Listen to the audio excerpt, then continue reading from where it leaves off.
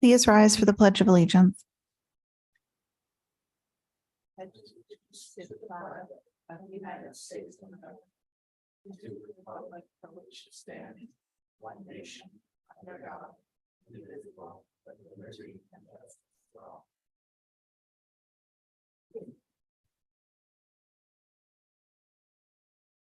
Good evening. We'll call the September 13th Select Board meeting to order at 5:30.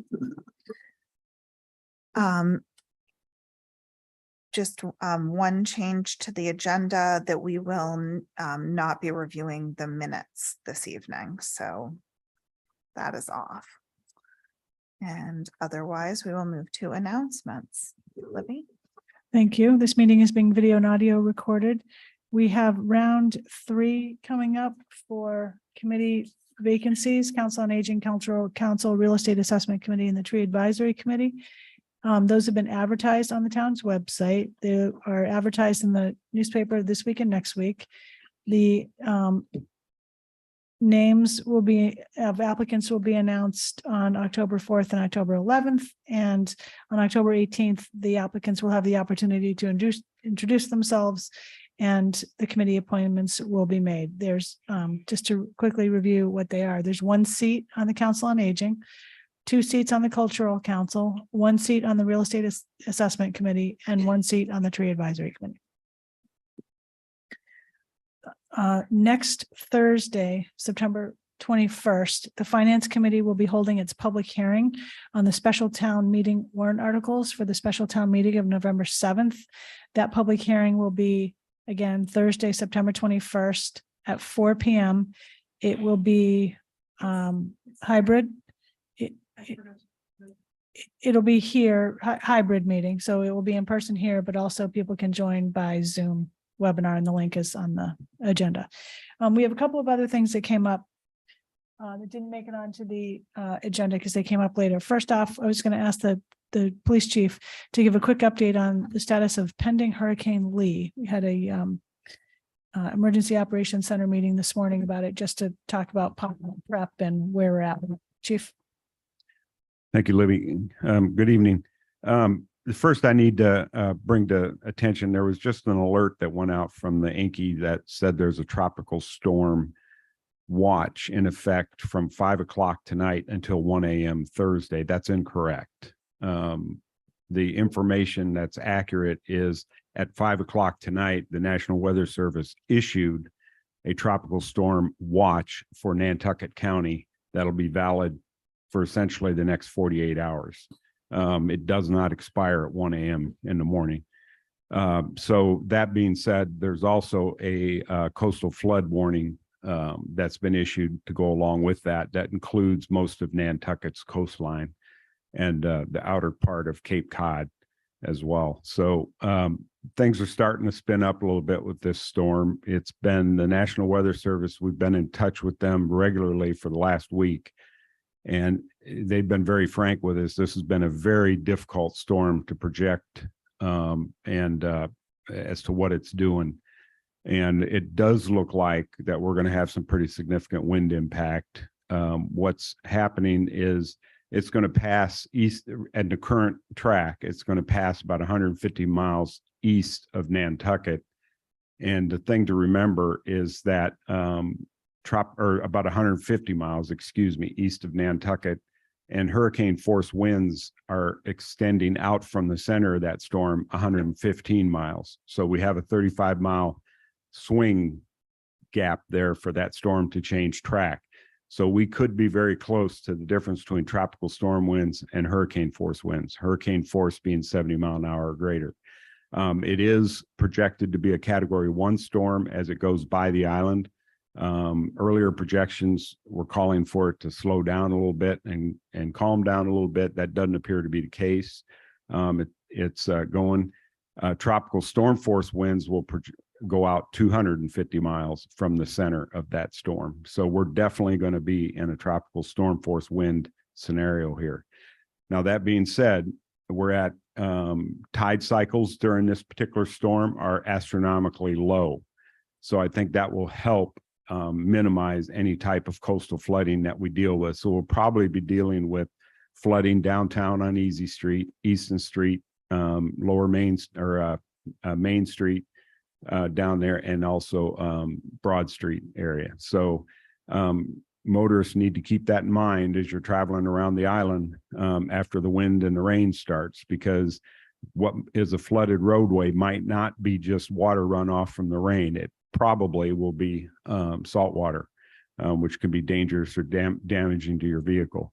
DPW's pre-positioning barricades at the streets where we experience flooding historically, and at the proper time, officers will erect those barricades to stop traffic from going down through there.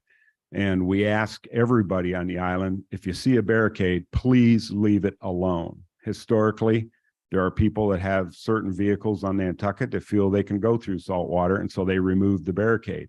Well, then, you know, dozens of other people who don't want to run their vehicle through salt water ultimately end up stuck in it. So if you see a barricade, it's actually illegal for you to remove that barricade. Public safety will take care of that at the proper time. The storm gate is going to be closed at Children's Beach probably midday Friday.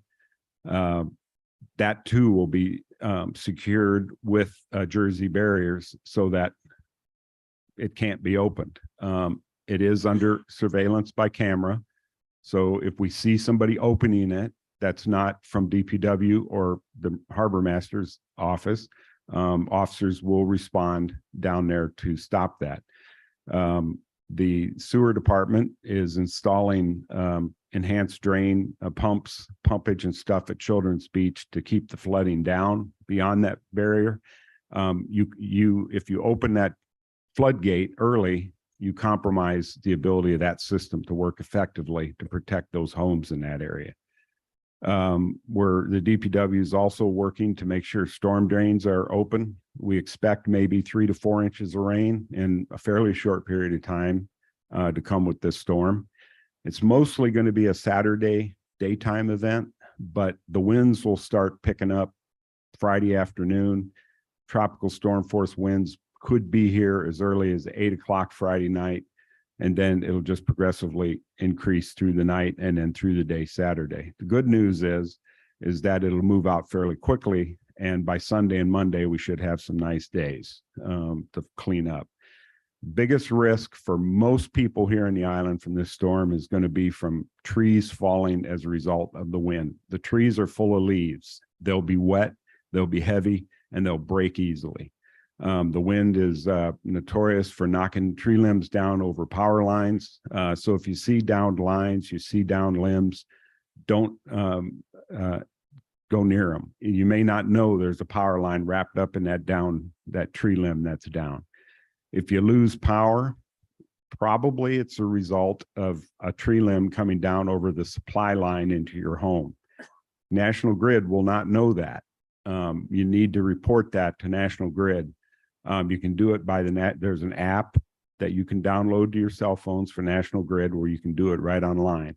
Or you can contact the police department and let us know, and we'll pass the word on to National Grid. If the power goes out on a branch circuit where that feeds a neighborhood or something, National Grid will know that from their own sensors. So, you know, they're sending extra crews. They're going to have, you know, I don't a dozen or half a dozen extra crews here during the storm to work on power outages. But even National Grid can't go up in a bucket truck if that wind's above 30 miles an hour, 35 miles an hour. They'll do the best they can with what they can, but they really won't be able, if we have widespread outages, they won't be able to do much about it until it's pretty much the storm's winding down. We do not at this point anticipate opening or having a need for emergency shelter, although we're prepared to open one at a moment's notice. The emergency shelter is the Nantucket High School gymnasium. The American Red Cross manages that shelter. They're sending over, and this is a brand new arrangement that we've made with them. They're sending over shelter managers from the mainland. They'll be here Friday, and they'll be in a position to rapidly open the shelter and get it operational if we need that. Typically, what we ask people to do, if you feel like you're in an area that is subject to flooding, then we ask you to evacuate and leave that area before the storm starts. Go stay with a friend, go stay at a guest house or an inn or hotel, whatever arrangements you can make. It's better to be out of there if you know there's going to be a risk than there is to wait until it happens, and then we have to figure out how to get to you to get you out. So there's not very many places on the island that are at risk, that much risk, but there are few.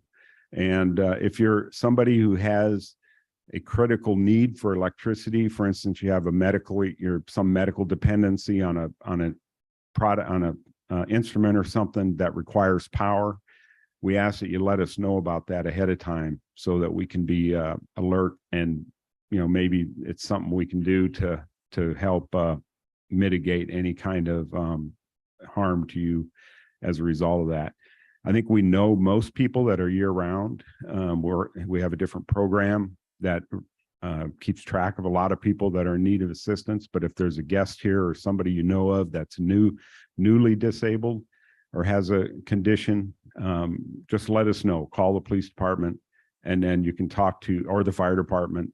You can talk to them about your needs and concerns, and then it'll be addressed. We're working with DPW to secure. We ask all homeowners to do this too. The worst thing in a storm where you got these kinds of winds is, like I said, power lines and tree limbs coming down, but also if you've got lawn chairs, lawn ornaments, all kinds of different items outside your homes, those things can fly through the air pretty good and create damage to other people's homes by breaking windows, hitting people, pedestrians, or cars. So take the time right now to secure your items around your umbrellas, your chairs, your outdoor chairs, things like that. Get them secured so that they don't become missiles if this event gets stronger than what it's anticipated. The problem you'll have is at the point you realize that the wind is too strong and it's creating a problem, it'll be too late to do anything about it because it escalates very quickly. So now's the time to do it. If you have, make sure you got adequate, extra water in your home in case the power goes out for a little bit extended time. Make sure you got some food that you don't need electricity to cook. And just keep, about 24 hours worth of supplies, extra supplies in your home, and you should come through this storm unscathed. And it'd just be another event.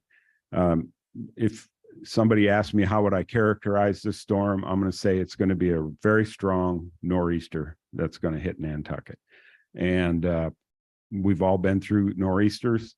The problem with the difference between this one and a winter nor'easter is the outdoor temperature. We lose power, we're not at risk of freezing. So, it's actually going to get warmer after the storm passes. So, don't be scared about that. You're going to be fine. And power will come on quickly after if it does go out. But if it went out because, and I'm repeating myself, if it went out because of the line that connects your house to the power grid went down, you need to call somebody so that we can send somebody, National Grid, to repair that. Like I said, they won't automatically know it unless you report it. Is there any questions that you have, members of the board? Okay. The longer you talk, the more scared I got. Yeah. I'm starting to shake. Yeah, well, we're hoping people take it seriously. There's a lot of, we talk a lot of storms, and 99% of the time it turns out to be it doesn't live up to the hype. And this one, there's an old saying, one of the older guys told me a long time ago, the one that you got to worry about is the one you don't hear about. And this storm, we really didn't hear a lot about until recently. Alerts and watches and stuff are just now starting to come out. This is the first time we've heard the Weather Service say they're actually issuing watches. So this one's kind of a surprise a little bit, even though we've all watched it down there in the South for a long time. But it's also grown in size. It's exponentially growing hourly. So it will impact us. And boats we anticipate will probably be closed or not running. I would safely say Friday night and probably all day Saturday, but if you're planning on traveling Friday afternoon, you might want to leave earlier than that. Okay. All the food companies are canceling. Yeah. Yeah, they're canceling Saturdays. Yeah, Yep. for sure. Yep. And a lot of them are canceling Friday already. Yep. So, okay. All right. Well, anything comes up, we're meeting regularly at the EOC, tracking everything. We're letting all the department building managers know so they can get town buildings prepared, get sandbags in certain places. I don't anticipate a lot of flooding, but you know, it's going to get a lot of rain, so it'll be difficult to tell the difference sometimes. Okay. Thank you. Thank you. Thanks so much, Chief. There's one more announcement I wanted to just make as a result of an event that took place this week. It was the annual Lifesavers Recognition Day on September 11th. And several town employees were honored for their actions in various emergency situations. And those included David Turse, Nantucket Lifeguard, Austin Pronovost, Nantucket Lifeguard, Anthony Bellabona, Nantucket Lifeguard, Fire Captain Frank Hanlon, firefighter David Angelastro, firefighter Corey Ray, firefighter Raymond McClure, and dispatcher Eric Heber. So thanks to them for their actions. Much appreciated. Thank you. Are there any opening select board reports or announcements or comments? Just one comment. Speaking of the police chief, how are we doing on our police chief search? We put out a update a couple of weeks ago in the town manager e-newsletter. We have 4 candidates. We are preparing to conduct an assessment center in the next week or so. And hopefully we will, out of that, we will select a finalist and bring forward a name to the board within the next, hopefully 4 to 6 weeks. I certainly hope some of the board has an opportunity to meet these people. It'll be hard to comment when I get the email whether or not I want them or not if I've never seen them. Well, you may meet a finalist. You're not. Yeah, meet, I would love to speak to the finalists. Yep, we can Not for probably figure long, that out. just Sure. so I know who they are. Anyone else? I just wanted to say that the HDC review is well underway. I had the opportunity to run into Holly Backus recently and just wanted everyone to know that that is in process and is expected to be completed at year end. And the consultants will be on Nantucket the first week in October, interviewing and meeting with staff. So it's in process. Okay, and one other note is that we will be doing a review of the memorandum of agreement with Plus at an upcoming special meeting. I don't believe there are any other follow-up comments tonight from prior select board meetings. Public comment. This is for items otherwise not on our agenda for discussion this evening, and we generally keep it to a 3-minute limit. Is there anyone here to speak? I don't see any hands online. Okay. No new business. We have skipped over the approval of the minutes until next week. Approval of Treasury warrants. Move approval. Second. All those in favor? Aye. That carries unanimously. Citizen Departmental Committee requests and reports. Nantucket Land and Water Council requests for preliminary review of conservation restriction to be held by the Nantucket Land Council for land located at 120 Miacomet Road. This is the first pass at us, and we generally send it on to town council for review. If anyone has any questions, or if we want to just make that motion. I'll make a motion. It's all in order. I'll make a motion to send it along. Second. All those in favor? Aye. That carries unanimously. Next, we have Nantucket Preservation Trust request for a preliminary review of historic preservation restriction to be held by the Nantucket Preservation Trust, Inc. for property located at 23 through 25 Fair Street. Same. Any questions? Any motions? So moved. Second. All those in favor? Aye. Aye. Carries unanimously. Next up, we have 2 public hearings. The first public hearing to consider an application for a public assembly permit for Nantucket Island Fair to be held Sunday, September 24th, 2023 at Children's Beach, 15 Harborview Way. I will open the public hearing. Is there anyone wishing to speak on this? Does the board have any questions? Okay. Can we close the public hearing? No one's, oh. That's okay, Amy. We're moving along. Upstairs. So you just opened the public? Yes. Great, thank you. So it should be quick review. As we mentioned in the AIS, generally for public assembly permits, we will bring it forth for a public hearing, obviously for something new. And again, a public assembly is a gathering of 250 or more people. And generally, if it's something year to year, like the Island Fair, like a lot of our festivals, we don't bring it forth for a public hearing unless there's ran downstairs, significant change, or in this case, change of location. So we just wanted to bring forth to your attention for the changes and give you a update on any conditions, the outline of the programming. Also, just want to note that in this instance, I think the only concern was new location downtown. It's within a neighborhood. So we wanted to make sure that communication was made to the neighborhood because they do get impacted by traffic and other things of that sort as well. But we don't have any concerns. They've been great, obviously, with helping with that. I included in the packet as well communication with the Brant Point Association, and they've been supportive as well. We made sure that they knew everything that was going on. So just wanted to say that it is not going to be obviously as large as it usually is in Tom Nevers with as many animals and things of that sort. But I think it would be nice to have it in a different location and expose it to different folks as well. It's similar to like Maritime Festival and other things that we've done at Children's Beach before, similar size. So we'll have some great activities for families and folks downtown to walk to. The organizing group has been great about their communication and making sure they're encouraging folks to have different transportation plans or to be aware of that so that we don't have any, clogging of that, but hopefully that won't be a problem and there won't be any hurricanes that weekend.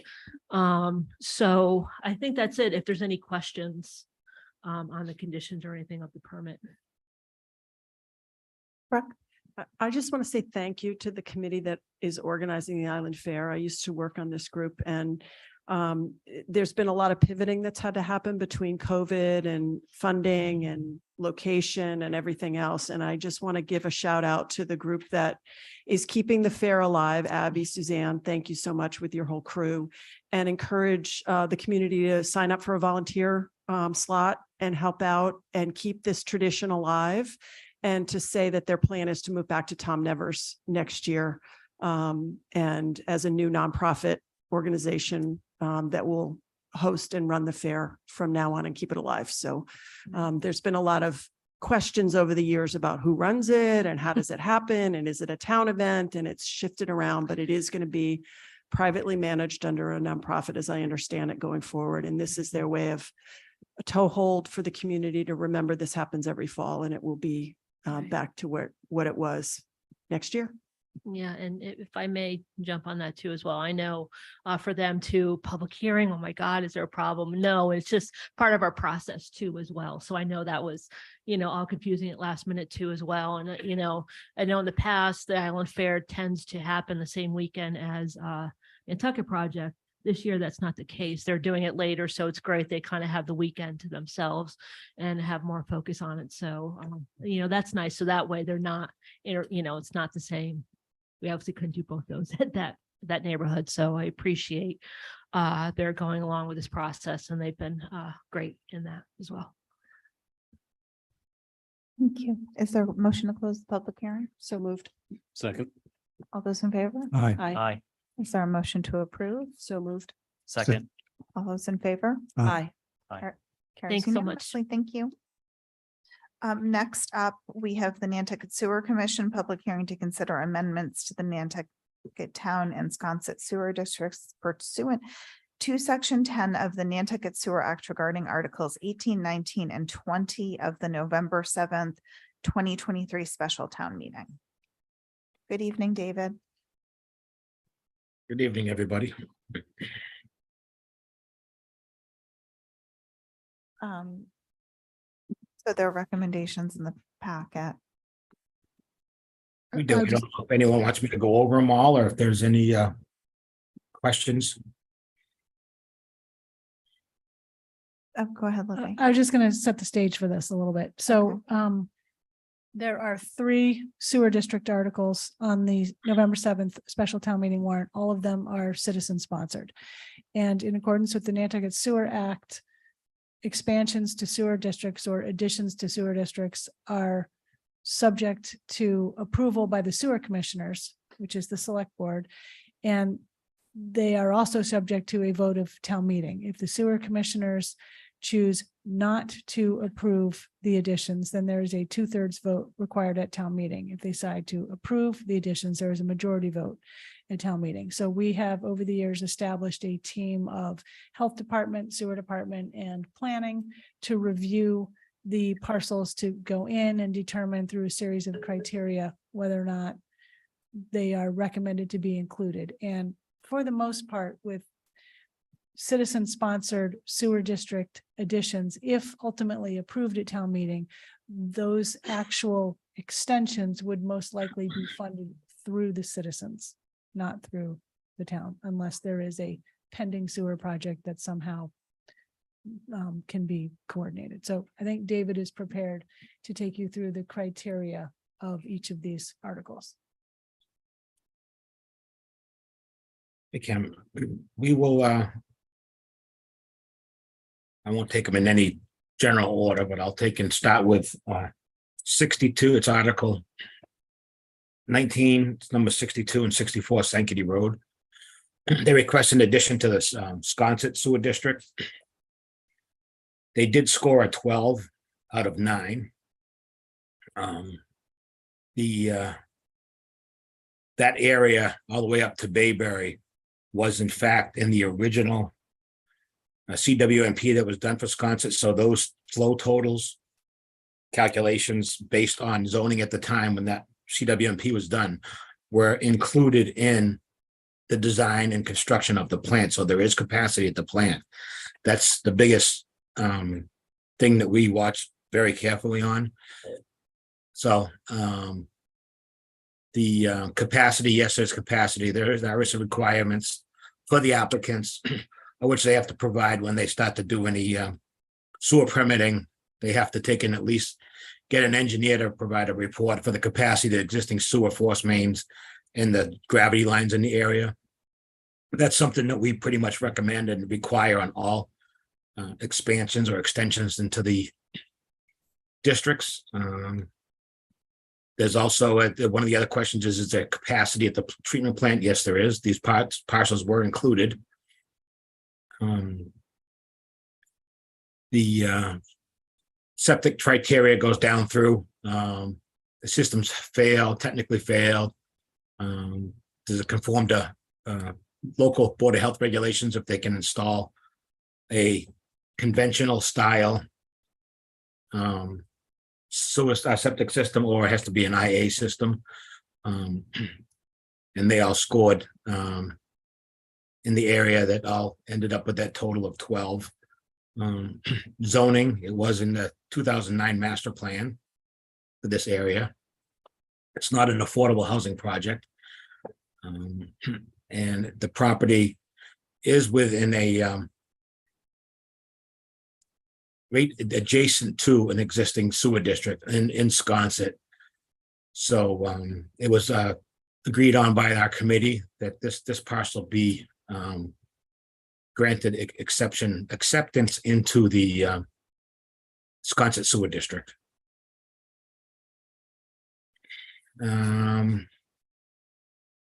I'll go into the next one is Burnt Swamp area. This one is a multiple lot, multiple parcels along Burnt Swamp. this area is within the Hummock Ponds needs area, was listed in the CWMPs that were conducted. Very bad soil in this area. They are adjacent to existing sewer district. There is capacity for the treatment plant, as these were needs areas. These were considered in the calculations for all the expansions that have taken place at the treatment facility. Again, one of the things that we require is that they have to provide engineering reports, extension permits, and all the different flow calculations that they have. And that's all to be done at their expense. And when it comes to a system like this, which is just a little different than the one from the Sconset one we just talked about, this has multiple lots stretching through from number 3 all the way through 14. They have to, when they install a sewer line, whatever if they do it as a group or whatever, they have to design the system with capacity for future flows, as the whole area, even beyond 14,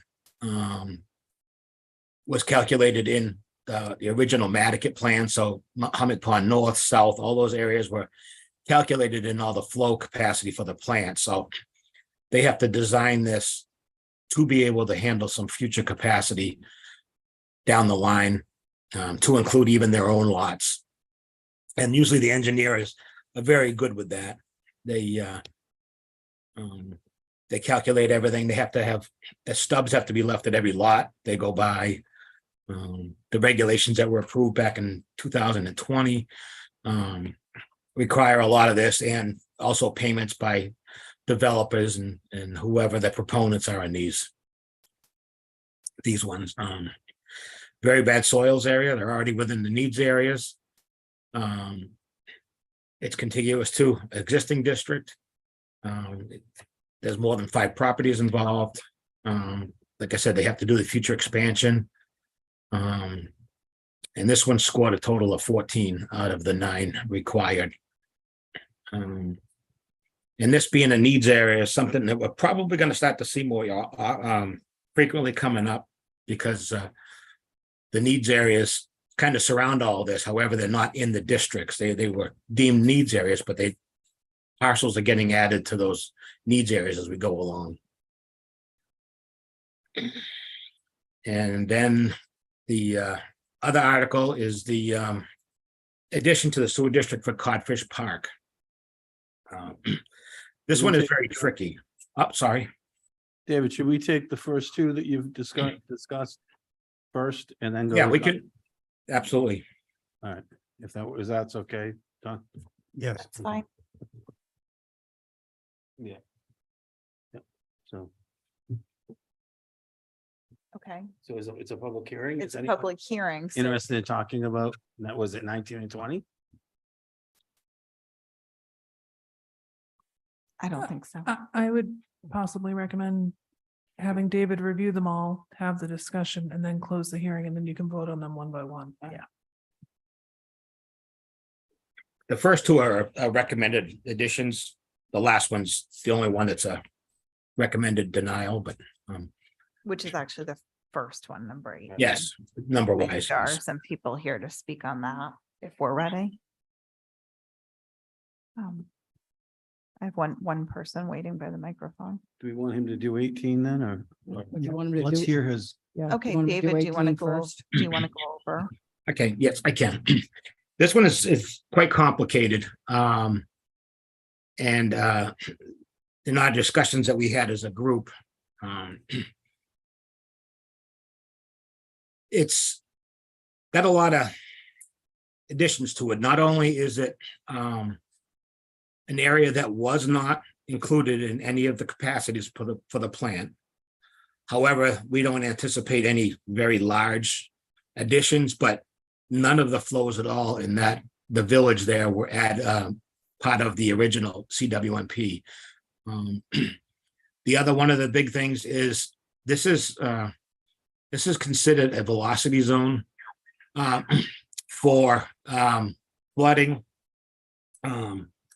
hurricanes coming up. you know, like with the hurricane that's coming up, we could see some velocity overflows. Velocity sounds like a really intense word, and it can be, but it's also an area that we believe that has a lot of active movement in the beach itself over the years. It has accreted, it has receded.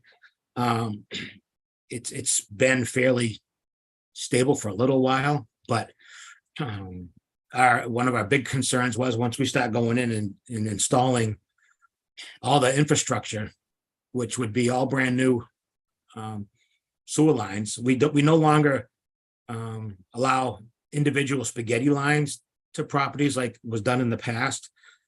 That creates a lot of issues that we've experienced over the past, and we've gotten rid of most of the spaghetti lines already now. We like to see a one main go down the road, or a good sized main if it's a gravity line that has the capacity for all future properties.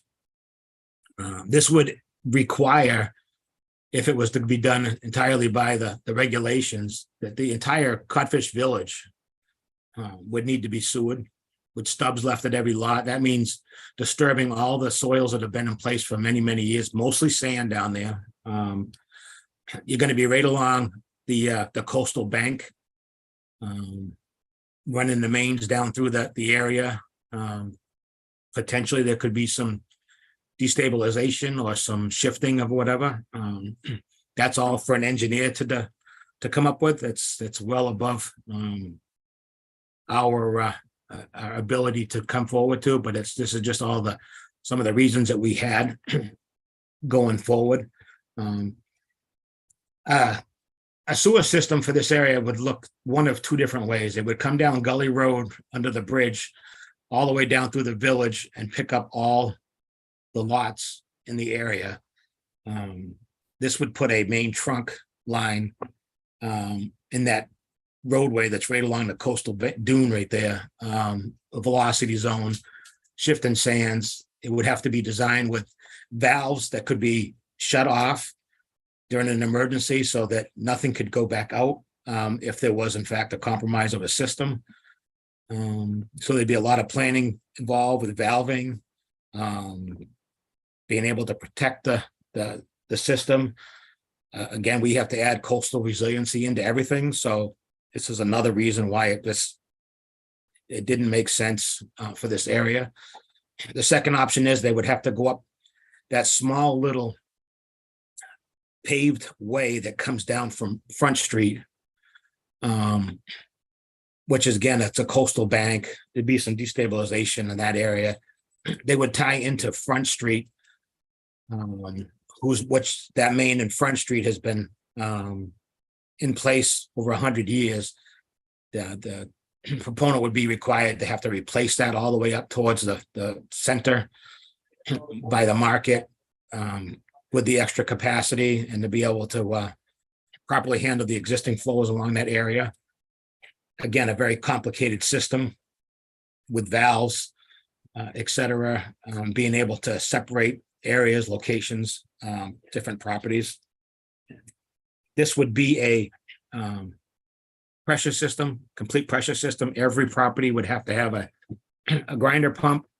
And because it's in this zone, there would have to be watertight pump chambers. Again, maintenance issues for a lot. One of the other issues that is really outside of our purview, but we did look into it because we ran into this issue when we did the Nantucket Harbor Shimmo project, is many of the homes and the cottages down there only have at best maybe 100 amp service. Some maybe even smaller. In order to put a grinder pump system in, they would have to install a 220 volt circuit, which would most likely overshoot the capacity of the electrical services going to the properties. Again, it was outside of our discussions, but we did consider that it could be very burdensome for not only the infrastructure that's overhead, but all the properties themselves. They'd have to add some all new electrical, et cetera. Checklist again, there is no capacity at the treatment plant, as it was not calculated into any of the CWMPs. There are some adequate capacity issues in the sewer pipes that I had mentioned, like up on Front Street, et cetera. I have not seen, nor have we been, there may be one or two systems in the area that might be hydraulically failed or technically failed, but there are, that would automatically lead into an IA system. I don't believe, and Roberto might be available, but I don't believe Sconset is considered a tight tank zone. So I don't think folks in that area would be able to even go to that direction if they had to. We're in a resource area, not only a coastal bank, coastal dune area, but also a velocity zone. It didn't comply with the 2009 master plan as far as capacities for the flows for the treatment facility. Not on affordable housing projects. The lots are all less than 40,000 feet. There may be square feet. There may be one or two that might be over, but I don't think so. So that's kind of where it did end up with a score of 9, which is usually a positive recommendation number. However, with all the other complexities to this is why we still recommend a denial, adding it into the Sconset sewer district. Hopefully I was able to get everything out there for everybody.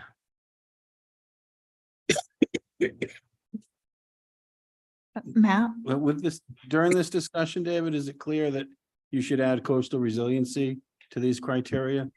Was that something that you guys kind of decided, or? It was not in the checklist, Matt, that we've had for numerous years. That is something that we are going to be adding. Working with Vince and everybody on it, but coastal resiliency now is the big key word for all of our projects. So we will need to add that into the checklist. Right, and I think about it when I think about Nantucket and some of the areas there that are very much at risk, and should we be running this type of thing, across Millie's Bridge or to the end? Common sense says you probably shouldn't, but I think it's important to have it in there.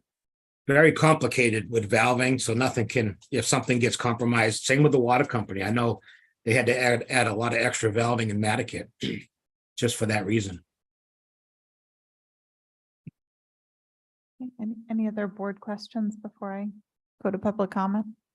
Okay. State your name. Try to keep it civil compared to what was in the letters in the packet. At least 29 letters out of the, I believe, 37 targeted the owners of 8 Bank Street. One was actually in favor, and a few very well thought out, informative ones that raised real concerns without attacking me or the owners of 8 Bank. And I appreciate David's comments about the challenges of Codfish Park. 8 attacked me personally for doing my job and advocating for my clients and helping with a warrant article, which I am not the sponsor of, by the way. The owners were represented also by legal counsel, but I am an easier target, as I always have been.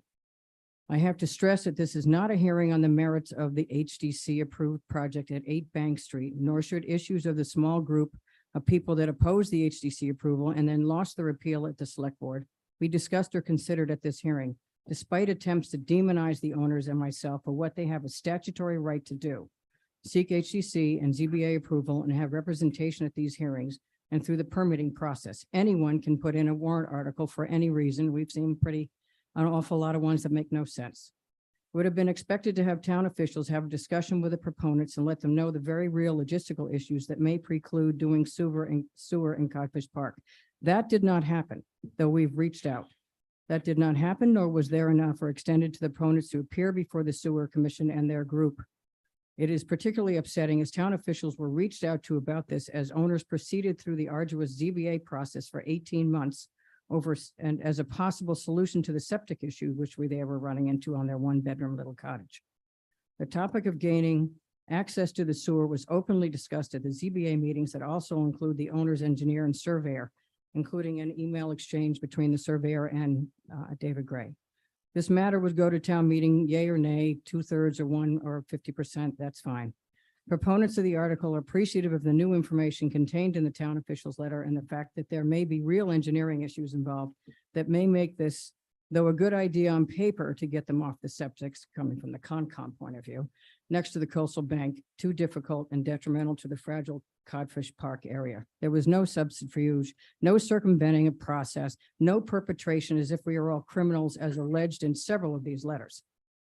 I've been here 50 years year round and before that as a summer brat, and I've never seen personal attacks with such vitriol, with deliberate misrepresentation and outright lies to scare residents in Sconset into a frenzy, all to besmirch my clients and my reputations.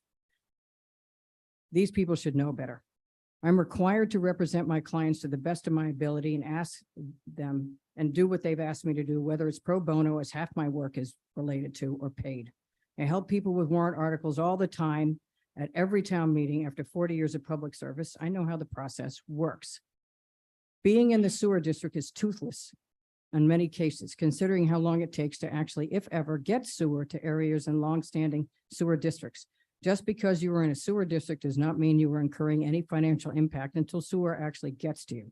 I live in the Badlands where the sewer beds are located. Most of us are still on septic. There's no water quality issue at my house, which is brought up several times in these letters, yet I'm in the sewer district as I'm marginally in the Miacomet watershed, not next to a coastal dune. Sewering would not eliminate HDC review, adherence to ground cover and setback requirements, no cause unchecked development as alleged. That is a specious argument used elsewhere on the island to try to get rid of sewer coming and completely disregards the dimensional requirements of zoning. Many of the lots in, as David pointed out, in Codfish are sub-minimum size since they went to ROH. And one of the septic system has recently failed that I'm aware of. This may continue to happen.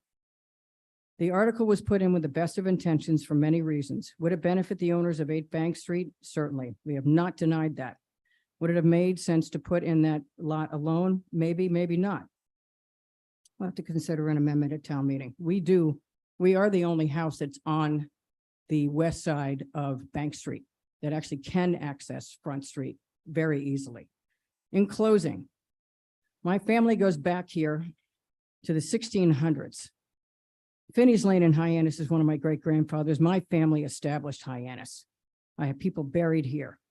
Never, ever question my abilities and dedication to this community or my clients or my love and appreciation for what makes Nantucket special, as several of these letters have. Whether it was a great idea for Codfish Park to have the ability someday to tie into sewer or not, this does not give the opponents the right to go so far as to personally attack my character or the owner's character for exercising their legal rights as property owners, as any of you could. We don't have to like your ideas. We don't have to hate your ideas, but you've gone too far. Or me for doing my job. Those who said I should be ashamed for doing my job should be the ones that are shamed for crossing the line and personally attack people that have the legitimate right to do what they did.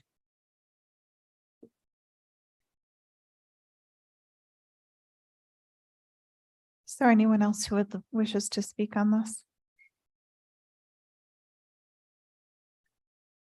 Margaret Van Dusen. I'm been an environmental lawyer for about 30 years in Massachusetts. Also the owner of, with my sister, 7 Front Street. And I think, the question here is, what is the problem that this warrant article is trying to solve? And I think the answer there is because there is no water quality issue in Siasconset. The water is tested regularly, and there really hasn't been an exceedance of the bacteria standard except for a couple of times in 2021. So the problem that we're trying to solve here apparently with a warrant article is the desire of the owners of 8 Bank Street to build a basement right into the bank there, that it will be 10 feet deep, and that a number of people throughout Siasconset are very concerned about. I guess the thing is, this seems like before the town considers whether to have a coastal resilience district, that this is really putting the cart before the horse if there was to be a decision to actually expand the sewer district to Codfish Park. You know, I hope it will be a discussion among the community and the town, but it should precede any warrant article to just willy-nilly go ahead and sewer Codfish Park. And, you know, if this had been a community thing, then I guess my question to Ms. Williams is, did you reach out to anybody else in Codfish Park and have this discussion with them? So all in all, I hope that you will vote against this today, and particularly wait for whatever the Coastal Resiliency District decision is. Thank you. Oh, thank you. I mean, just to be clear, this is a warrant article that will be going to town meeting for discussion. What our decision tonight is whether it goes with our endorsement, which would be a 50-50 vote, or without our endorsement, which would require a 2/3 vote at town meeting. I have one hand raised online that I'll take, and then if you want to come to the mic next. George Hubbs.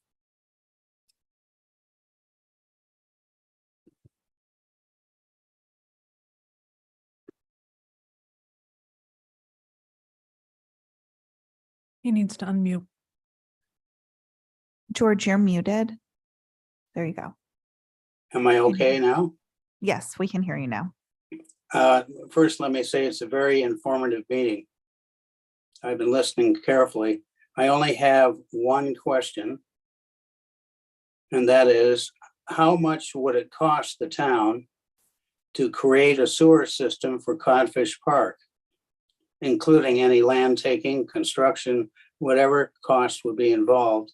And who would pay the cost? That's my question. And after I hear the answer, then I have a comment to make.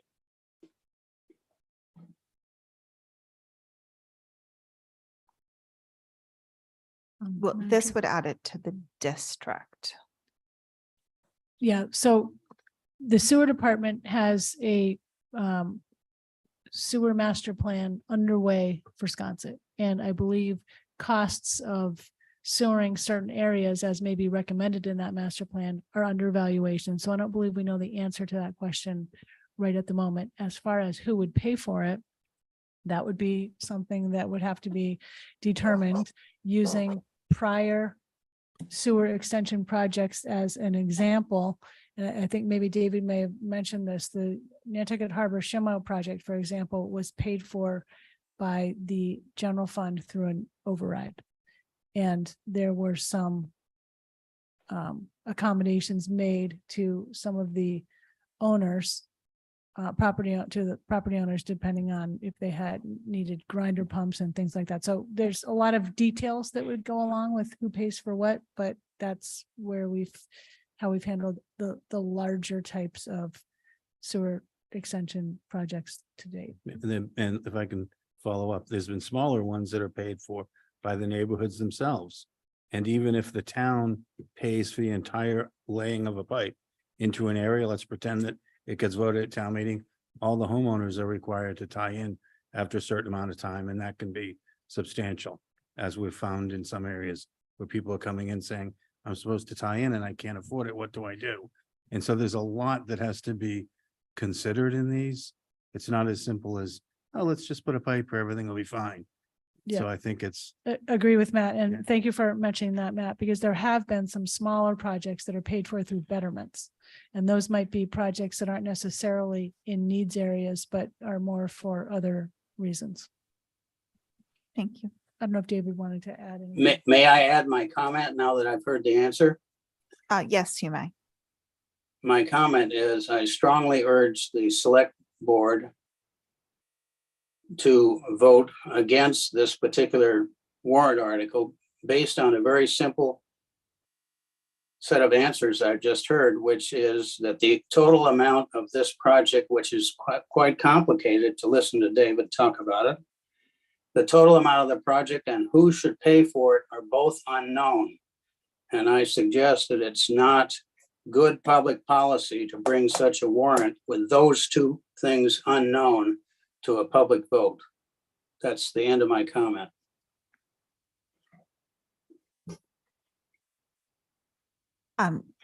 Just again, this warrant article, this is on the warrant. Our only decision tonight is whether it requires a 50-50 vote or a 2/3 vote to pass. We can't remove it from the warrant. It's a citizens warrant article.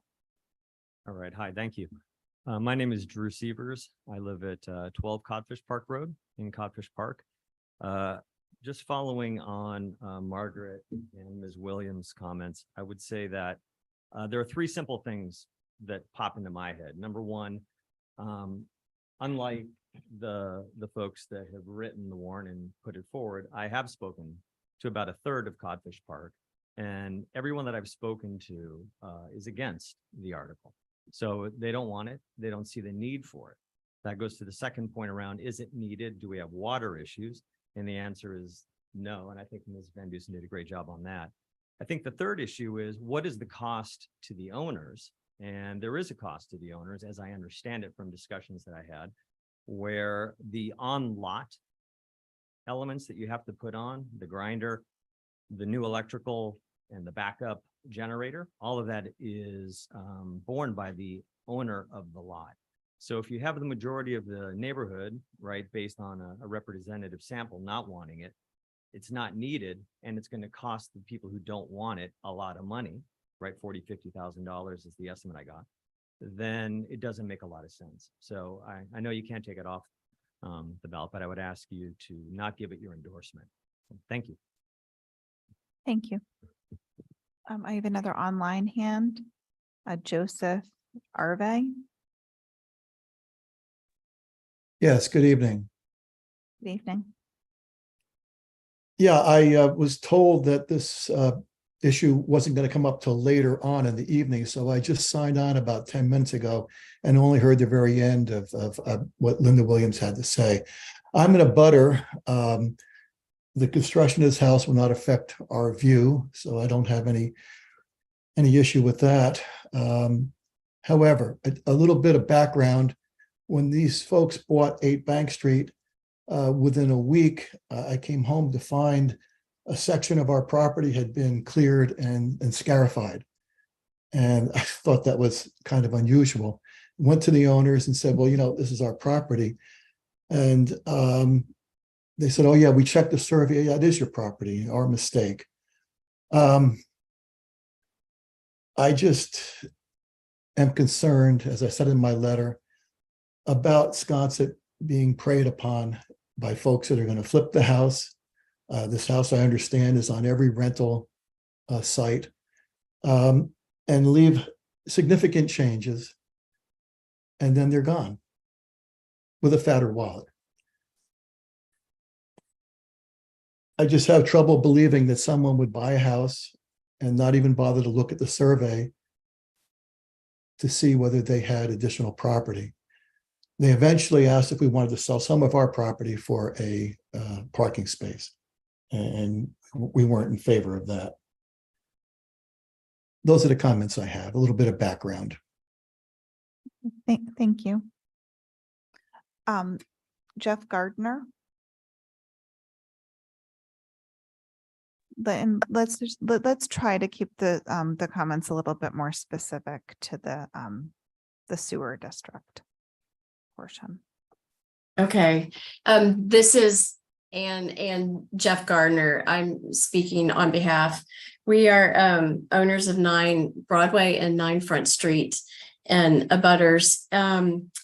We have, I echo what Mr. Arve has said about the potential to flip this house. It is surprising that initially it was intended to be a family home, and then they removed what they said was the bedroom in the basement, and it is now a rec room, labeled a rec room on the drawings.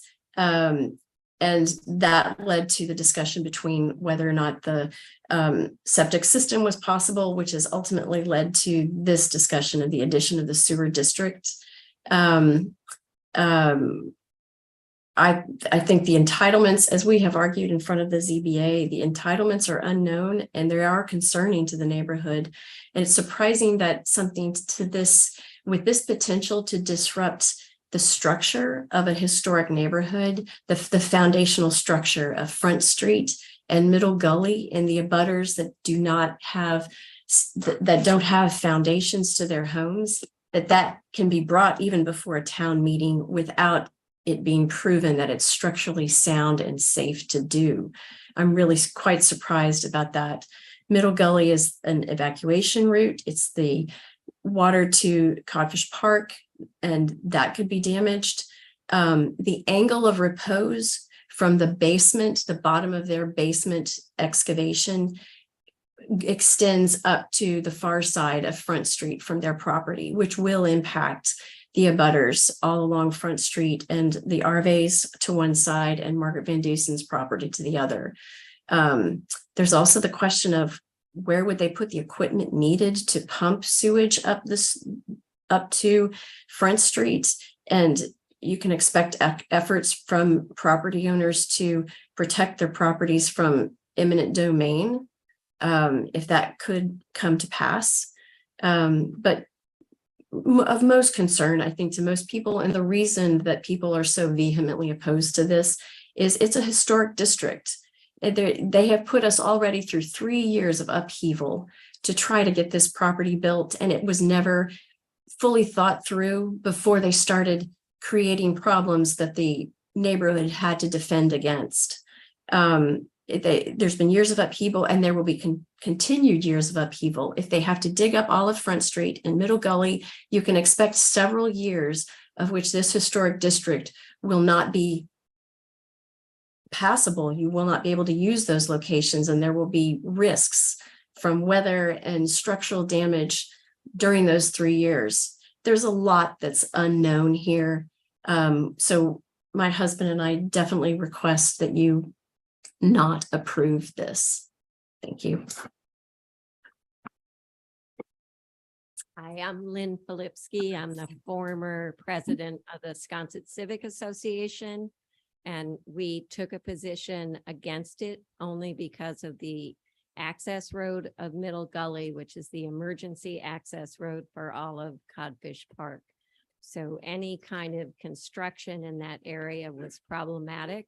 And if you think of putting in a sewer line and just attaching it to Front Street, creates a massive issue with the water line running alongside it.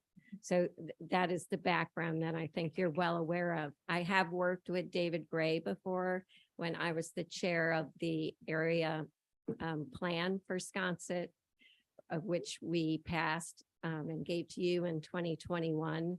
And in all of our research updating the 2009 plan, we never had an issue that talked about infrastructure needed down in Codfish Park that was considered a separate, mostly non-conforming lots that basically didn't even have legal title until some of them about 15 years ago. So this lot in particular is one of those non-conforming lots that sits in an area that just is problematic either for future construction and as well as sewers. So I would hope that the requirement would be a 2/3 vote in order for this warrant article to be analyzed at town meeting in November. Thank you. Thank you. Is there any?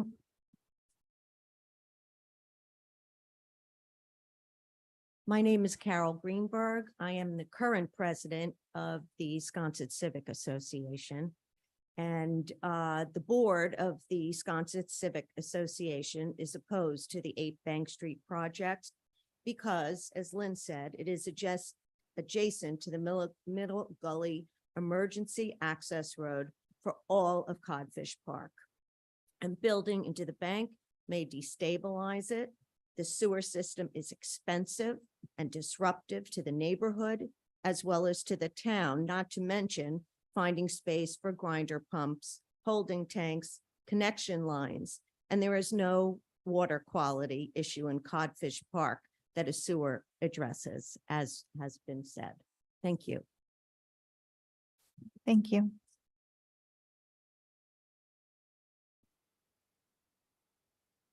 Hello, my name is Nicole Terrapelli and I am a homeowner in Codfish Park at 7 Bank Street.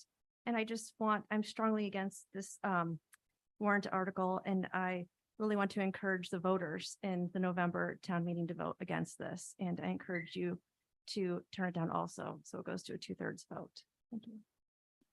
Thank you. Okay, I think that we can take a motion to close the public hearing. So moved. Second. All those in favor? Aye. Aye. That carries unanimously. What's the pleasure of the board? Do Dawn, can I ask- discussion? Yes, can I ask a of question? course. I just want to clarify that there's no sewer project on the warrant. There's no funding for a sewer project. There's no planned sewer project. What is being proposed is the expansion of the sewer district to include Codfish Park. I just want the public to be clear about that. This is not there's no plan for infrastructure. I'm not saying, I just want to be clear on that so that everybody knows what it is we're voting on. And we're also, again, to repeat, voting whether the threshold at town meeting is 2/3 or 50% +1. So Yes, correct. Adding to the sewer district does not mean imminent construction.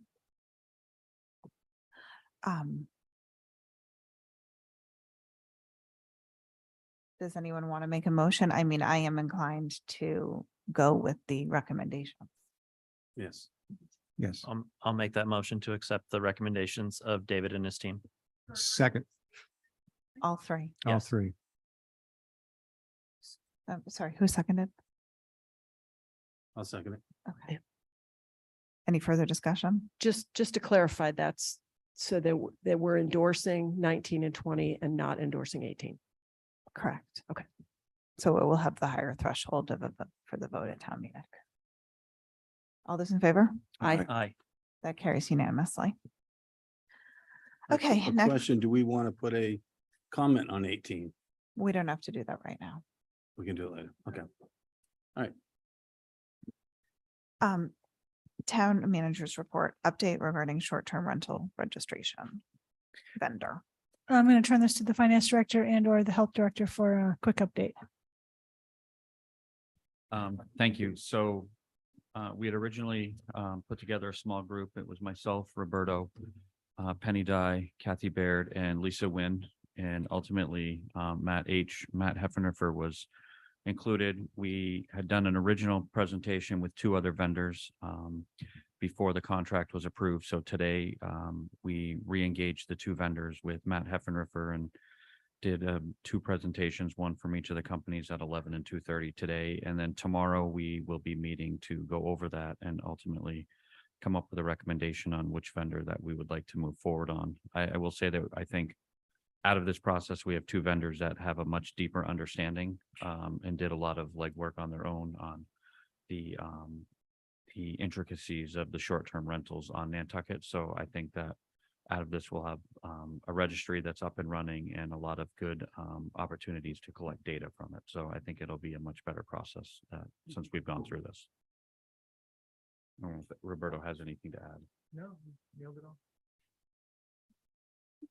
Brooke? My only question is, do they understand that nearly half of our rentals are not on digital platforms? They actually Yes. do, and one vendor actually had gone so far as to scrape about 15 of the real estate agents' websites to find duplicates in the presentation that they did. So they have a very good understanding of, or a better understanding than the previous vendor did over the situation. Fabulous. And they feel like operational companies more than a sales company. Yes, they very Yes. much so. Yeah, that's what we need. Yeah. Really good. Yeah, that's great. And you had the smart Matt with you too. That Well, must have been helpful.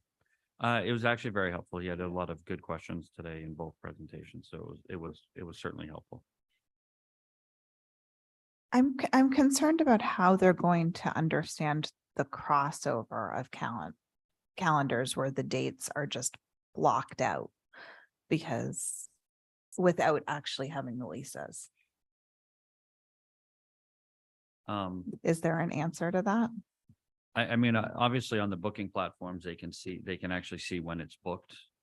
There is, I don't know that we will solve for every single possible scenario that will be there, but I think that they both have opportunities that will help us with the compliance, if that's what you're driving at in terms of the contracts and when bookings are done. But I don't know that we'll be able to, given the way we utilize or the short-term rentals are done here, I'm not entirely sure we'll be able to ever completely solve that. Are you talking about their booking now for next summer and the summer after, or what do you? I'm talking about The non. on the like, backside of non-major my platform. rental program. Yeah. There will be dates that are blocked out and there is no way to tell without seeing it on the backside. Whether it's owner use, whether it's a lease, whether it's a short-term lease, whether it's a long-term lease. Or whether they just have dates randomly blocked for they're doing work to the house or that kind of thing. And honestly, even in VRBO, you can enter leases and blocks of time that it doesn't identify for sure whether it's Yeah, a it just lease has or an not. X to it. Sort of, it has an X to like. this So can't take it. without people actually providing the content, the parameters of why those times are blocked, and it will show not only on my website, but on 5 other rental offices websites and on VRBO and on Airbnb and on weneedavacation.com. And some people are listed everywhere and some people are listed one place. So that's what I'm really trying to understand how we're actually going to get correct data. It could show that the properties are booked way more, but it's really just different family time has been blocked.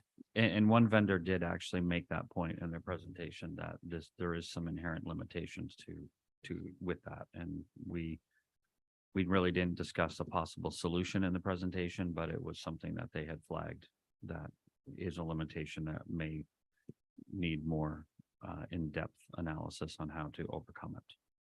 Yeah, see, that's just my big concern, that if we're not going to get accurate data or a way to actually show that people are in compliance, it's an irrelevant exercise. And we're spending a lot of money on this, but Madam Chair, I can't agree more. I'm quite concerned about even with a super database that we can really manage it and track it. I don't think it can be done unless people literally provide their redacted leases.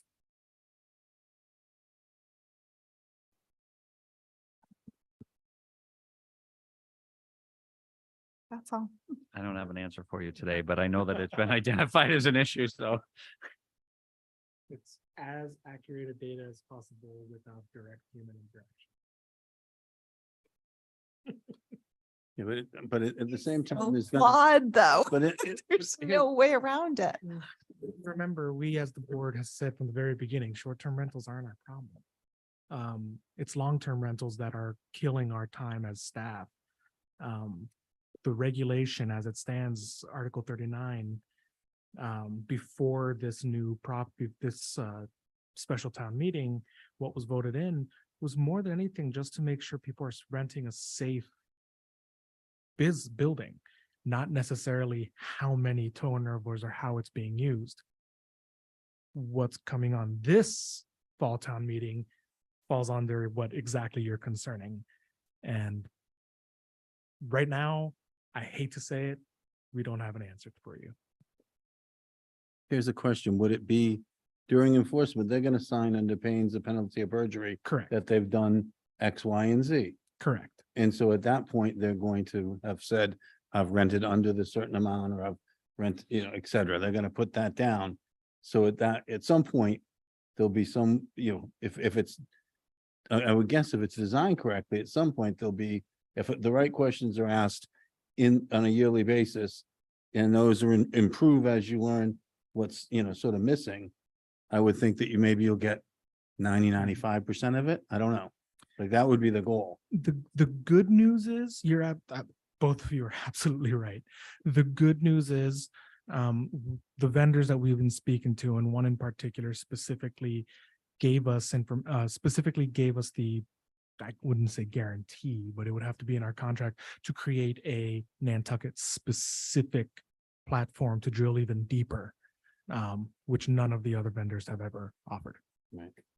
So as we find issues, we can pivot. So I understand the concerns about how we execute enforcement, but I think we also have to remember, we have a lot of regulations across the board that are not ever 100% enforceable. I was talking to someone the other day about speed, right? How many of us drive the speed limit 100% of the time? There are people who drive the speed limit voluntarily 100% of the time. There are some of us who forget or don't pay attention. And how often do we actually get ticketed for not complying with speed limit? I think the goal is to find a way to manage short-term rentals in our community. We're starting somewhere. The complexities of regulation are not a reason not to try to achieve a goal that the community has said they'd like to achieve. And I think we have to lean into it and find a vendor who's willing to work with us to improve it. And as we learn more, amend. But for me, it's never not a reason not to try. So, because the community's been asking for this. And we'll see what they say at town meeting. Madam Chair, just real quick on that, working with Process First, one of the two potential vendors in this, in speaking with them over the 10 months on the short-term rental work group, they were very clear that our own registry will have the ability to ask some specific questions that will be more tailored to Nantucket's use cases, as opposed to the state registry, which is more of a blunt instrument, more general. So I think at the very least, even if they are not awarded the contract, that's something that they could contribute, or smart Matt, as Matt says, could contribute, and we can add that into our own registry. Okay. And I want to note that We'll both wait for Dawn and I more. were right at the same time.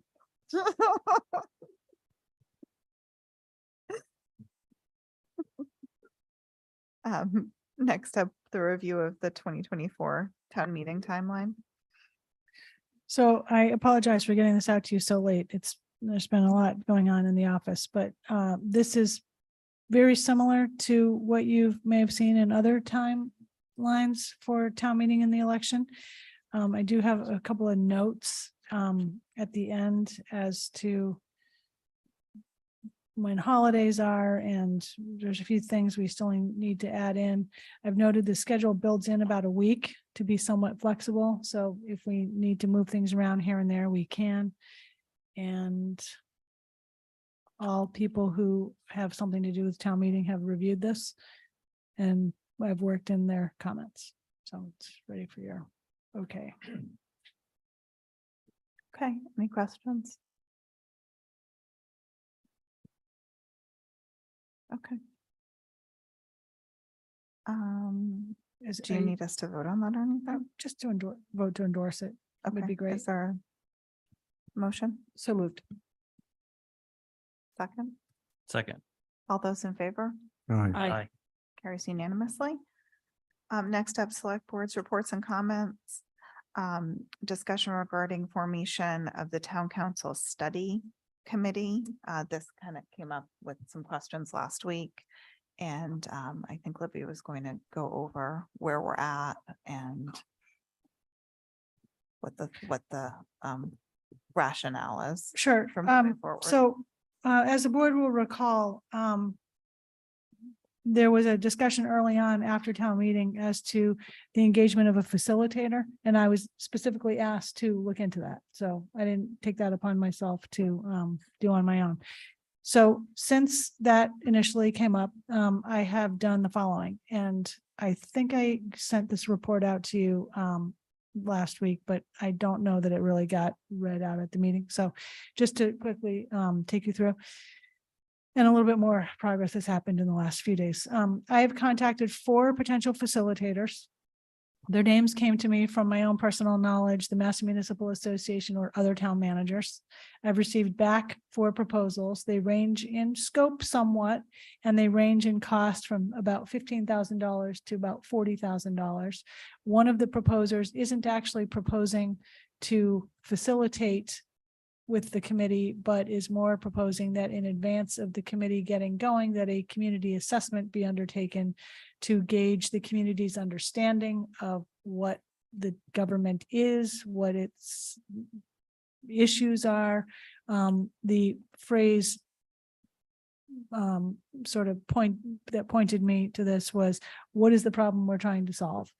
And that was actually mentioned by some of the other potential facilitator candidates as well. I've read through the Town of Andover website. I urge everybody to take a look at that. It's not the only website out there with a town governance study committee report on it, but it's really quite comprehensive. John Riccio pointed me in that direction. He's an applicant for the committee. I've spoken with the chair of the Mass Municipal Managers Form of Government Committee. We had quite a lengthy conversation about the need to educate the public very extensively when you are fundamentally changing your government, which is what is being proposed here. I've discussed the process to change form of government with town council. There is no appropriation for the engagement of a facilitator or any other professional services in connection with this committee. However, I have proposed and town council has agreed that we could potentially use county funds for this. What hasn't really come up, but which has been discussed at the town administration level and with town council, is that depending on what is ultimately recommended, there could need to be changes to the county charter as well as the town charter. The community assessment I mentioned, if there were to be a community assessment undertaken to understand what the problem is that we're trying to solve, it would include things like community focus groups, stakeholder groups, surveys, that sort of thing, informational sessions. Everyone I have spoken with about this, and it's been a number of people in municipal government in other places, they all have indicated, and I think this was also indicated to you last November when we had several town managers come on to your meeting and talk about their experiences with changing town government, is that changing a town's form of government isn't something that should be rushed. It should be thoughtful and deliberate, and a tremendous amount of community outreach is needed so that the citizens can understand what is changing, what they're voting on, and be comfortable with it. It is indeed a fundamental change to our government to abolish town meeting and go with something else.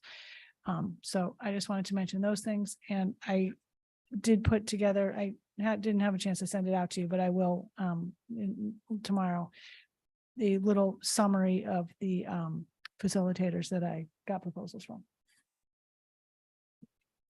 So I guess my question is, can we concurrently engage the facilitator and identify the makeup of the committee so we can start constituting it while we do some community assessment work? I mean, Madam Chair, to add to that, I think, it will be it should be a relatively slow process, but it's been such a slow process, we haven't even started yet.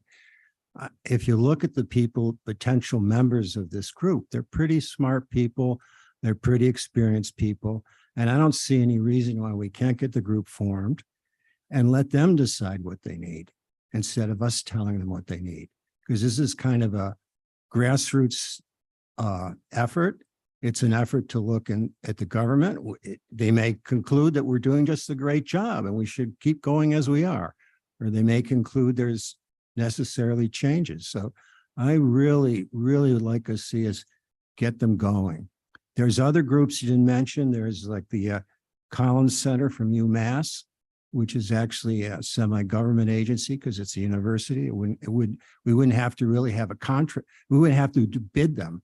We could get the group going. We could get the group together and see what they want to do. I don't think we need a facilitator right now. I mean, if we look in on them and 2 months from now they're yelling and screaming at each other and not getting anywhere, then we can impose one on them, but let them decide. That would be my suggestion.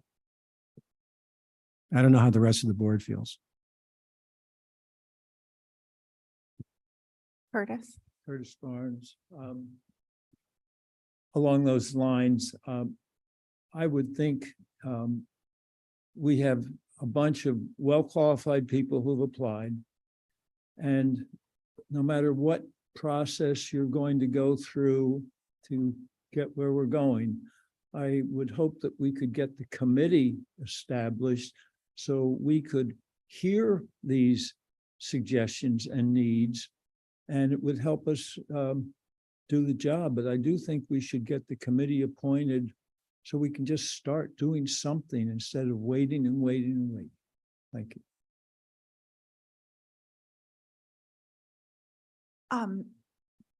I definitely want to get the committee going. I do think it will be a more efficient process with a facilitator. I mean, I found our strategic planning sessions with being facilitated were much more effective. And we did have the government study committee that really went on for a long time. And maybe if it had been organized a little bit differently from the beginning, it would have gone forward more efficiently. But if we already have 4 proposals, maybe we can pick someone and concurrently do some outreach, maybe based on the committee's what the committee thinks they want to put together in terms of surveys and focus groups. So that's my thought. Yeah, I I'd say think let's move forward with hiring the facilitator if we can use county funds and I think the key decide is of that the the committee makeup. is a group that is able to work together. And I think as long as everybody has a common goal to work together and not to be disruptive, I think that's more an issue in some of these situations. And I wouldn't mind getting them started ASAP and have them even involved, 1 or 2 of them involved in the hiring process so that the person that's picked is someone that they want to work with. I think either however we do it, I think, I think the key is to get started. I can't agree more. If the committee feels they're involved in the selection, I think they'll feel a lot more empowered and a lot more independent. So let us select the committee, let them get going. And one of the committee's tasks will be advise us on the need or not a need for a facilitator. And if they want a facilitator, who that facilitator should be. And one I would again put in the Collins Center is someone to think about. The big thing that we will have to decide as well is the makeup of the committee. How many members? I think, what do we have 12 applicants? It's about 12. I don't have my list here. Yeah. 13. 13.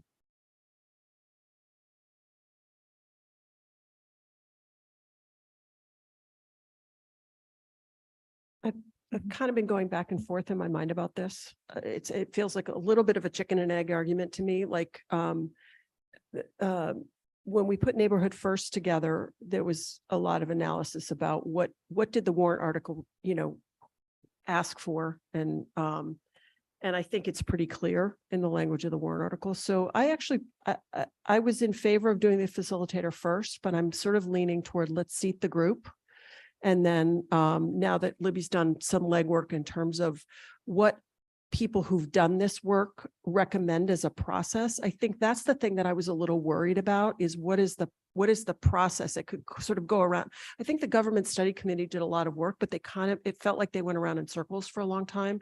And so having sort of some outside expertise as to what things need to be looked at and what the impact would be, and a little bit of guidance and direction, rather than just having community members who may or may not know is worthwhile. So I think we should move forward with seating a committee and then have them decide, maybe interview the potential guides or facilitators or processes and evaluate them and decide for themselves. I feel better with that, going that way.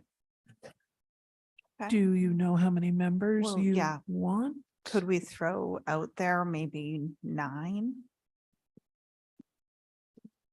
It's Yeah. gotta be, it should be uneven, and I don't know if there should be any alternate members who would step in if someone needed to step down or.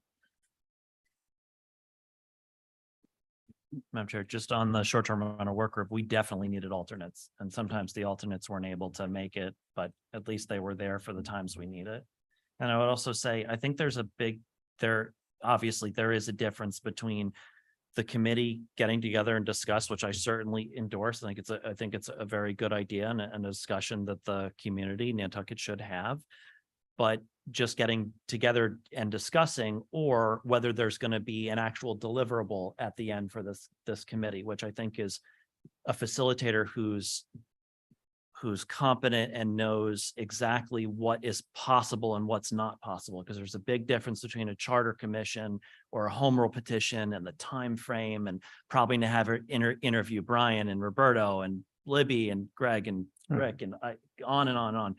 That's going to take some time. So I think I agree with what's been talked about, seating the committee and getting them started, but really as they get started, refining their goals into what Libby said, what's the question they're trying to answer is, and also what is ultimately going to come out of the committee. Is it just a list of recommendations, or is it a deliverable that can be brought up to the State House, or et cetera?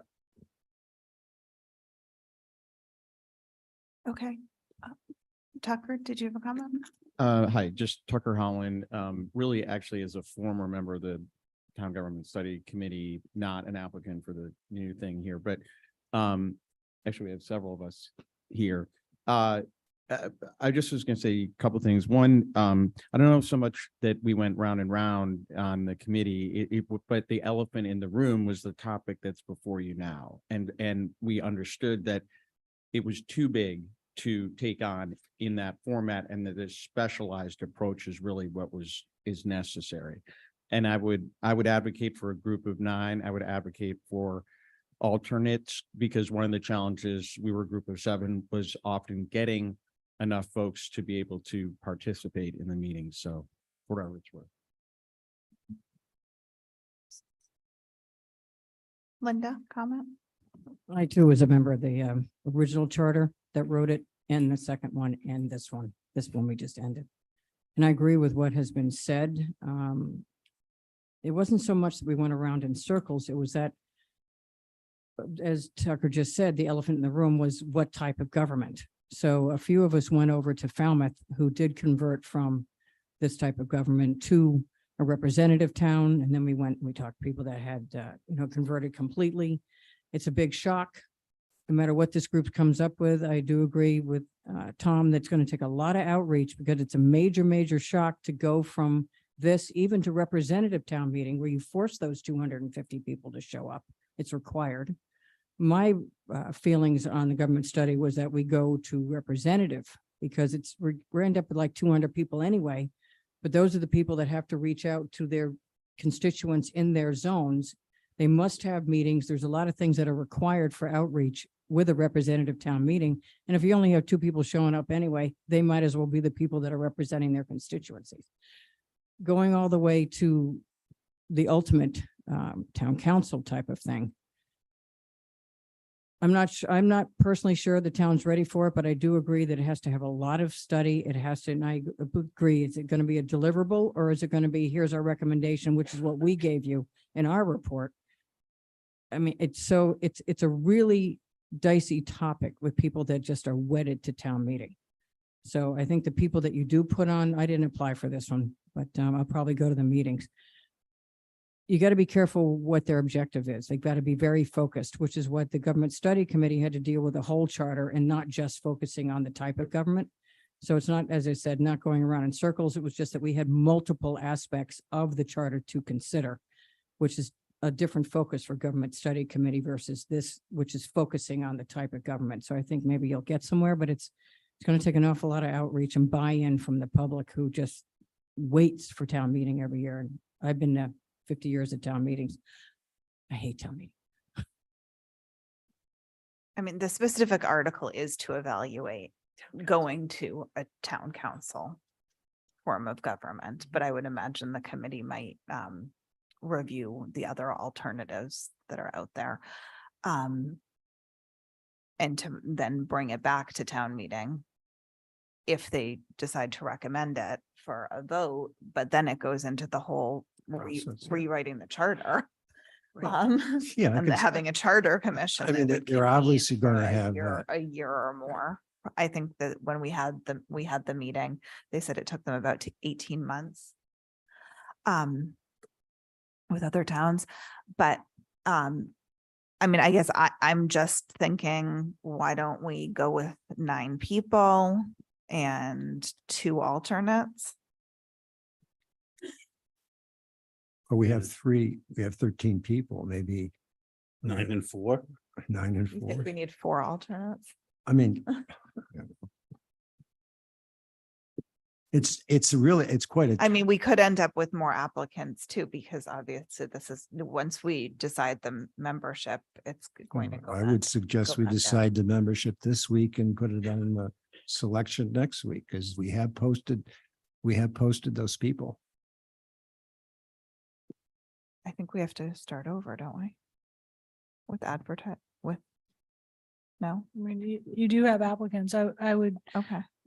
say that the people I spoke with about the process suggested that you don't have more than one representative from different types of groups. So that's just something to consider too.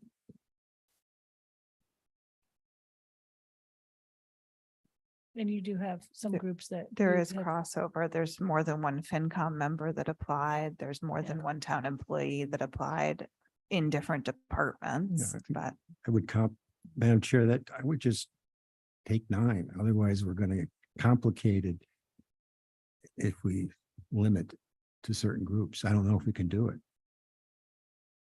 Curtis? Curtis again. I had made the informal suggestion that a member of the board and a member of FinCom be ex officio to the committee anyway. I think that would be very helpful because it would let you give us some insight, and I think FinCom is essential to the process. So if you do 9 and 2 ex officios, 1 from each of those boards, I'd be real happy with it. I mean, I was somewhat thinking that each board member would be brought in to be interviewed at some point. Same with other. Well, my feeling is employees having the at ex officio, FinCom. they had the opportunity to attend the meetings and could give us ongoing input, so it might facilitate the process too. Thoughts? Anyone have the bandwidth? Probably not. I don't. I Not definitely to don't. attend every meeting, but to attend.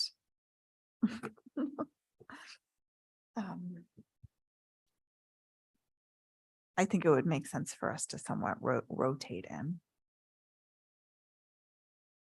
Madam Chair? Yeah. I would volunteer to do it, and then if I have something that I can't get out of, maybe I could.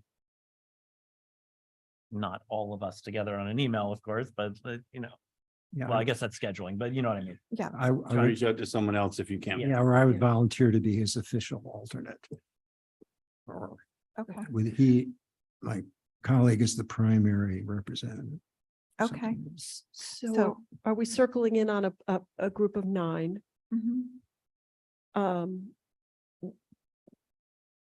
Should we ask the finance board chair if someone is willing? Well, there's 2 people who applied. So they would be appointed at ex officio or as members? That's what we're talking about right now. Yeah, they weren't selected by the FinCom. Right, but if But I if think we're that's gonna what do, you're saying. yeah, I guess, are we gonna make? Okay. So if one of the FinCom or former FinCom members gets appointed, then they in essence represent the perspective of FinCom? Yeah. Unofficially? I don't think former member counts. Yeah. But Current. yeah, if we go with 9 and we do 1 ex officio FinCom and 1 ex officio select board, each with an alternate, then I mean, they would work it out amongst the FinCom on who, but it would probably be the 2 people who applied. And then 2 alternates. Yeah, that sounds great. That seems reasonable. Sounds great. And we'll work from the pool of applicants we already have. Okay.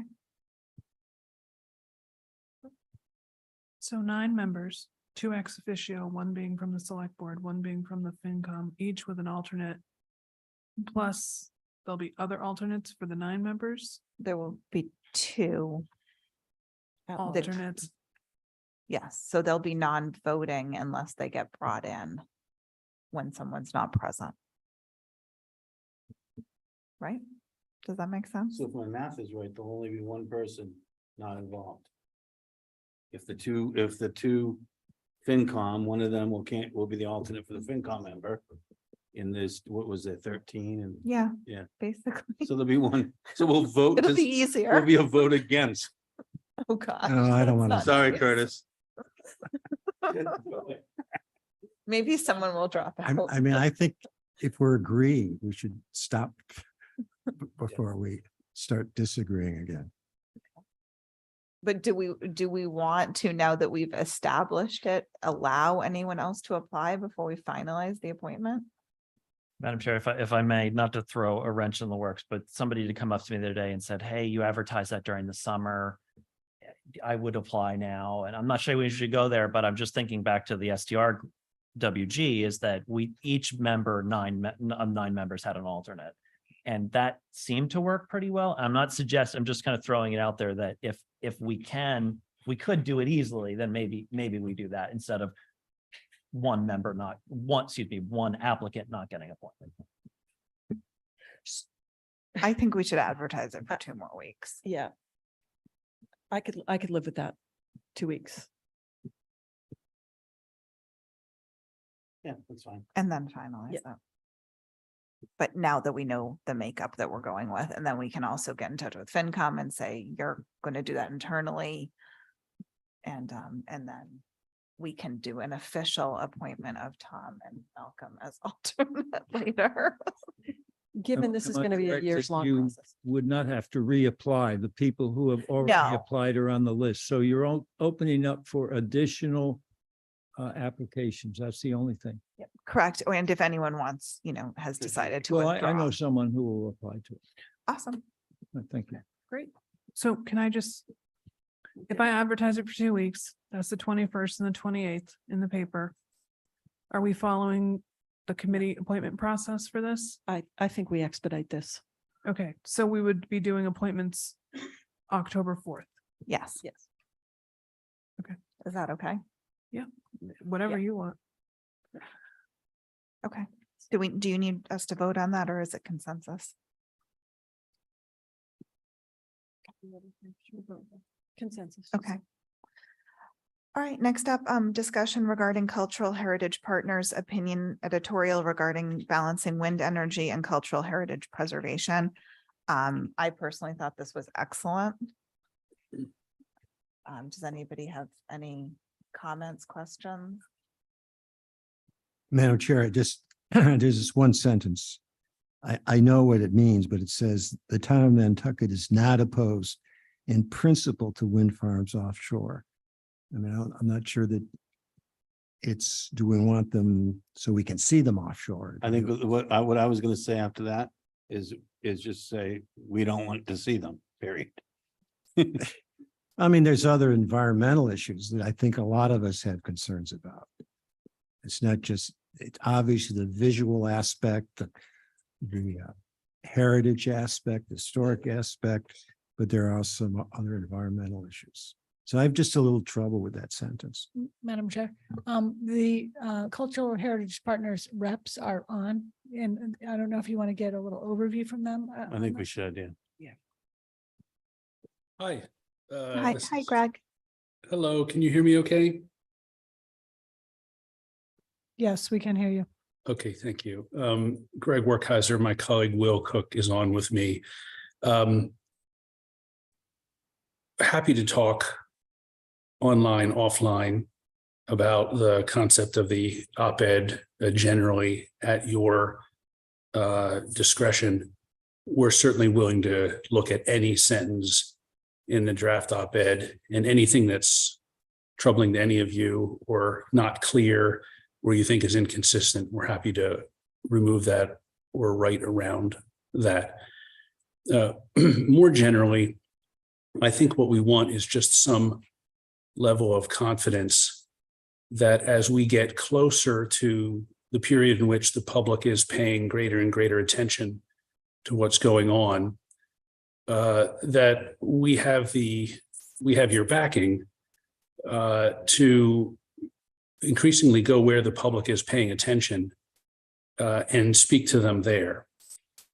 Our job description for you, our letter of engagement, requires us on a regular basis to advise you on how to make sure that the public has reliable, accurate, complete, factual information about the permitting process and what you as a board are doing to seek to enforce their rights within that federal permitting process. The typical way in which we do that is effective in some ways, but boring.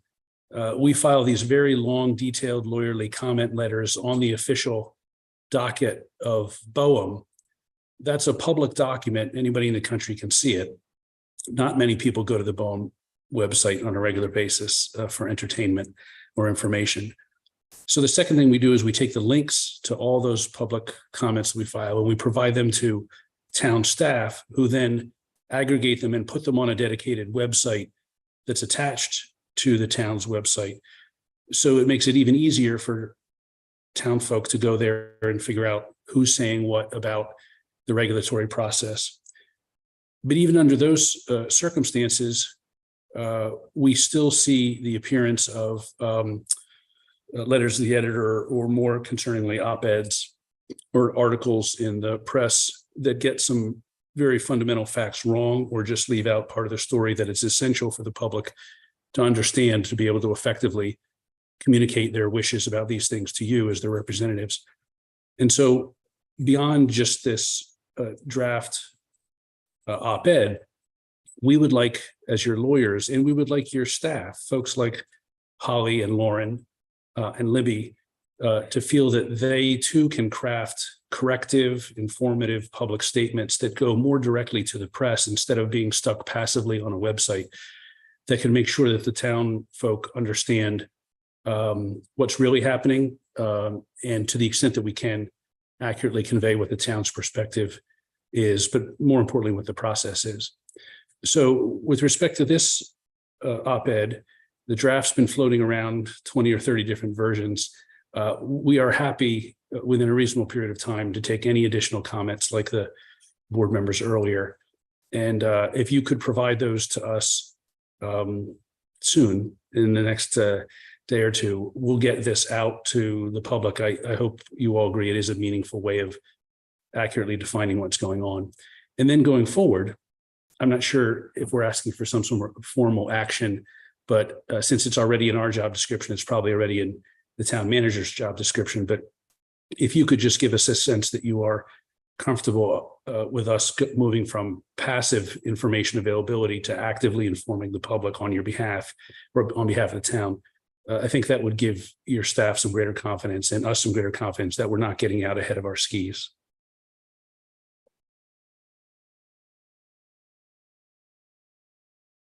Okay.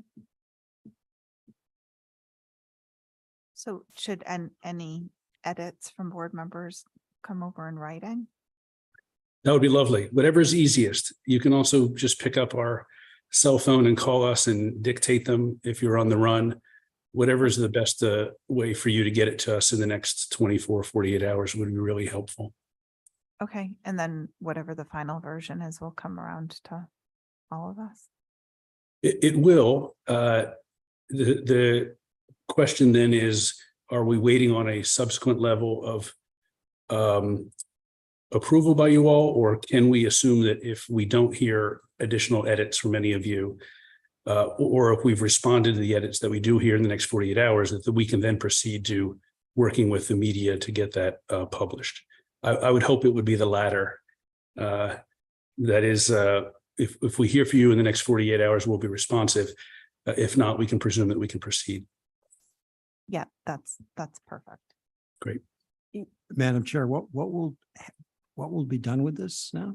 This will be published as as an op-ed, and they will signed by this firm. That's correct. That's correct. So I'm sorry, Madam Chair, I didn't mean to cut you off if that was a No, question. no, go ahead, please. Okay. Of course, there's a third party in this, which is the actual publications. And they will have a final word as to whether or not they publish and in what form they publish and if this meets the standards. But we have done some initial inquiries and have confidence that the local publications would welcome the clarity of information that we hope to be providing on a more regular basis going forward. So yes, if that all works out, this particular piece that you've looked at would be published either as a guest editorial, an op-ed, a guest article, if you will.